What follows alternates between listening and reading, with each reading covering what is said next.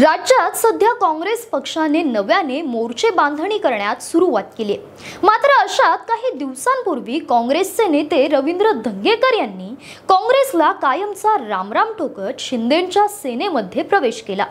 काँग्रेससाठी राज्यात असं वातावरण असताना काँग्रेसचे नाना पटोले यांनी उपमुख्यमंत्री एकनाथ शिंदे आणि अजित पवार यांना मुख्यमंत्री होण्याची ऑफर दिली।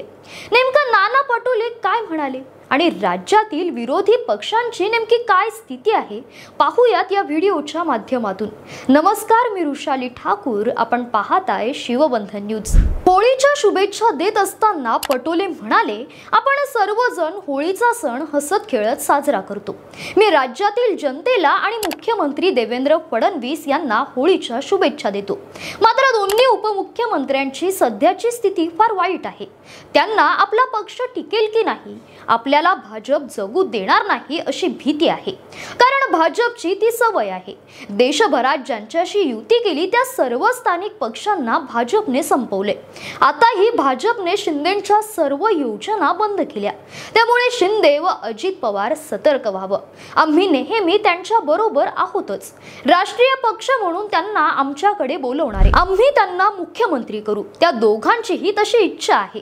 त्या दोघांनाही मुख्यमंत्री पदाचा काळ वाटून देऊ। हे बोलून पटोलेंनी नुसती चर्चा रंगवली की यामागे कुठलं तरी राजकारण दडलेलं आहे। कारण या आधी देखील सत्ता बदलाचे प्रयोग महाराष्ट्रात झाले आहेत। राज्यात 1998 मध्ये शरद पवारांनी वसंतराव पाटील यांच्या काँग्रेसचे 40 आमदार फोडून जनता दलासोबत सत्ता स्थापन केली होती।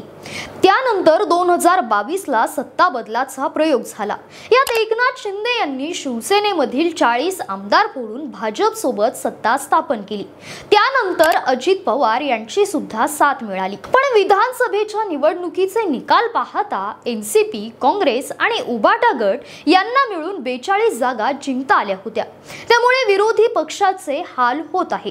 धंगेकरांनी राजीनामा देताना सांगितलेलं कारण पाहता पवार आणि शिंदे काँग्रेसमध्ये जाणं अशक्यच दिसत आहे। मात्र याबाबत तुम्हाला काय वाटतं? तुमची मतं आम्हाला कमेंट करून जरूर कळवा आणि आपल्या चॅनलला सबस्क्राइब करायला विसरू नका। धन्यवाद।